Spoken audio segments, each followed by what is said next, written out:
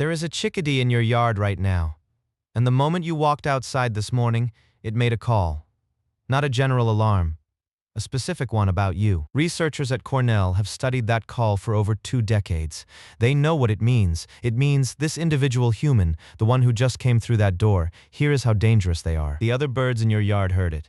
They updated their files, and you had no idea any of this was happening.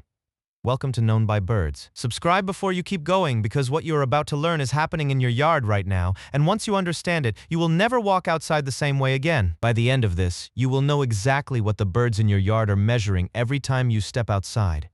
You will know the specific things you are doing that are working against you, and you will know what to change, and what changes when you do.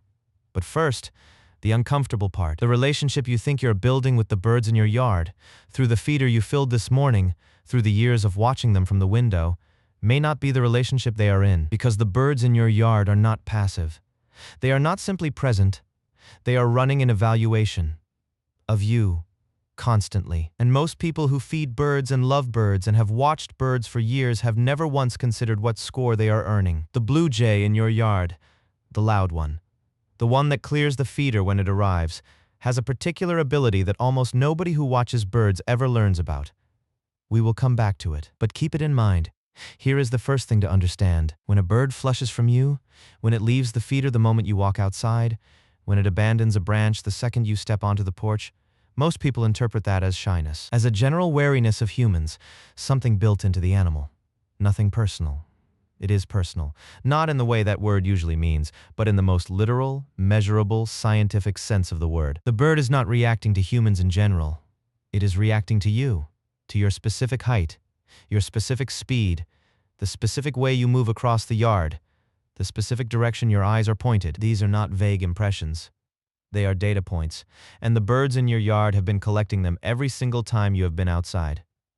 Behavioral ecologists call it flight initiation distance, FID. It is the exact number of feet at which a bird will take flight when a potential threat approaches. And researchers have been measuring it for decades across hundreds of species and dozens of environments. Here is what those measurements show. FID is not a fixed number for a species. It is not the same for every human who approaches the same bird.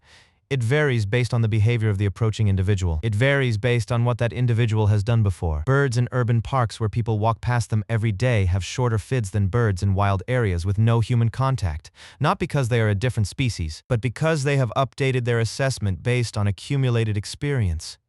The threat level of this type of human in this environment doing this kind of thing has been recalculated downward. That recalculation takes time, and it can go in the other direction just as easily. Now think about the chickadee call from the beginning of this video. The D-note system that Christopher Templeton and his colleagues documented in a 2005 study published in Science, not a bird journal, Science, encodes specific information about a threat. The number of D-notes after the chicka sound is not decorative. It carries data about the size and maneuverability of whatever the bird has just assessed. A small, fast, agile threat gets the highest D count. A large, slow threat gets fewer. You have been generating a D-note count every time you walk outside. You just have never heard it, and it is not only the chickadee doing the encoding. Every bird in your yard is participating. The call goes out.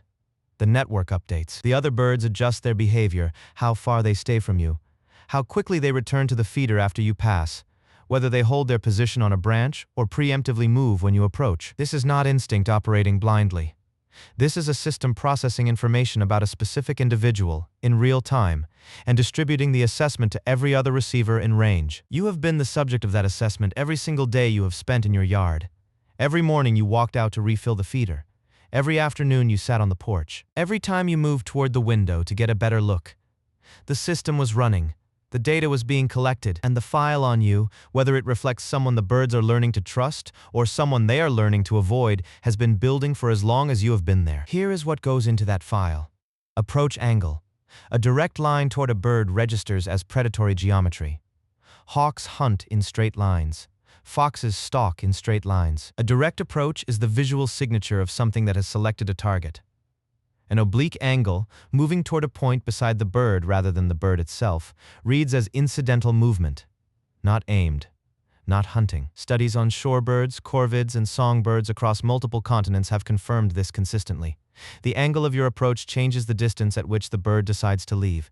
Gaze direction. Direct eye contact from a large mammal is, in the language every bird's nervous system speaks, predatory targeting. It is what a hawk does in the half-second before it commits to a strike. It is what a cat does before it springs. When you lock eyes with a bird, you are not making a connection. You are, in the bird's perceptual system, completing a targeting sequence. Looking slightly past a bird, not at it, reads as a fundamentally different signal. Movement pattern.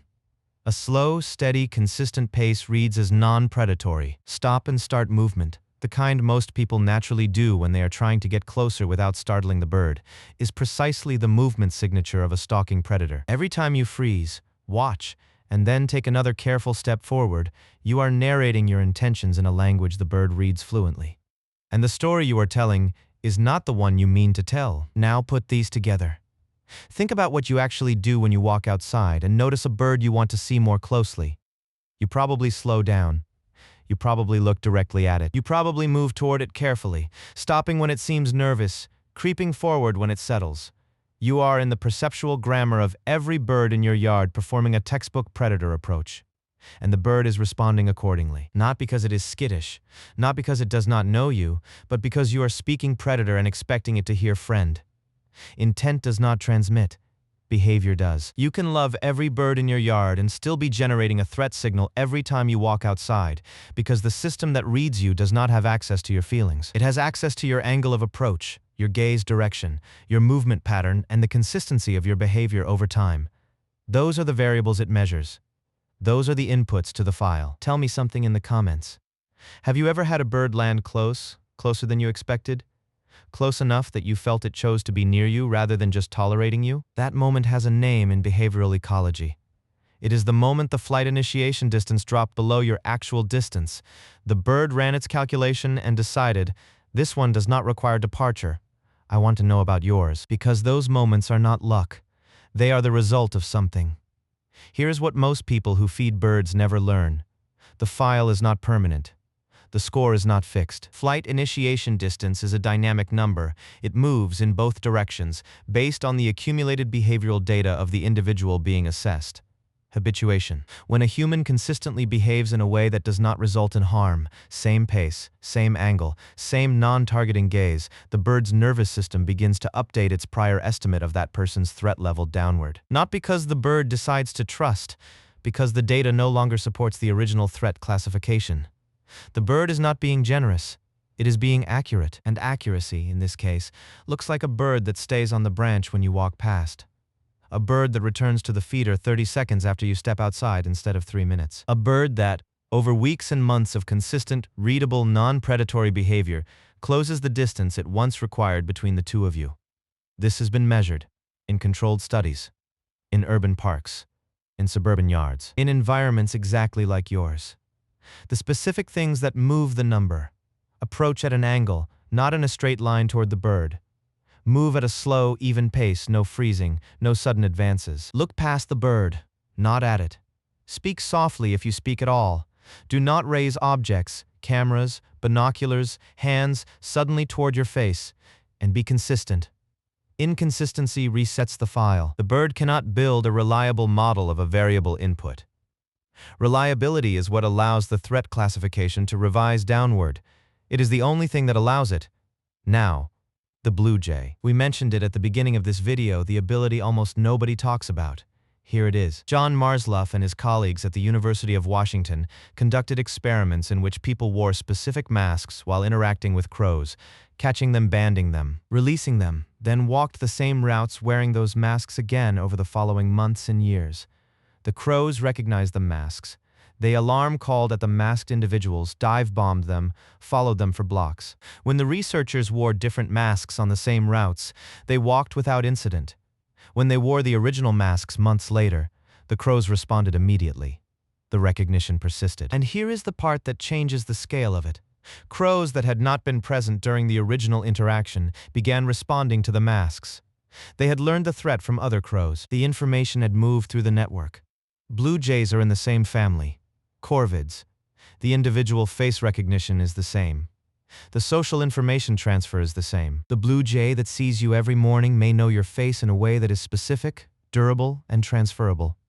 It may have communicated something about you to other jays in the area. Its offspring, learning from it through the winter and into the following spring, may be incorporating that assessment into their own model of the world. The file on you is not just in one bird's nervous system, it is in the network. And what the network concludes about you, whether you are someone to avoid or someone whose presence can eventually be chosen, depends on what you have put into that file. You have been building a reputation with the birds in your yard for as long as you have lived there. You just did not know it was a reputation. This morning when you walked outside and that chickadee made its call, it was encoding something about you. A threat level, a data point added to a file that has been building across every interaction you have ever had in that yard. Now you know what goes into that file. Now you know which variables it measures. Now you know that the number is not fixed. It is a living calculation. And you are one of the inputs. You are not just someone who fills a feeder and watches from a distance. You are someone the birds in your yard are actively reading. Every angle, every gaze, every pace, every morning you walk through that door. The question is not whether they are evaluating you. They are. The question is what you give them to work with. The birds have been keeping a file on you for years. Starting today, you know what's in it, and you know how to change it. Tell me in the comments, have you ever had a moment where a bird stayed when you expected it to leave, where it held its position, looked at you, and chose not to go? Tell me what happened. Tell me how close it was. Those moments are not accidents. They are the system working in your favor. I read every single one. I will see you in the next one.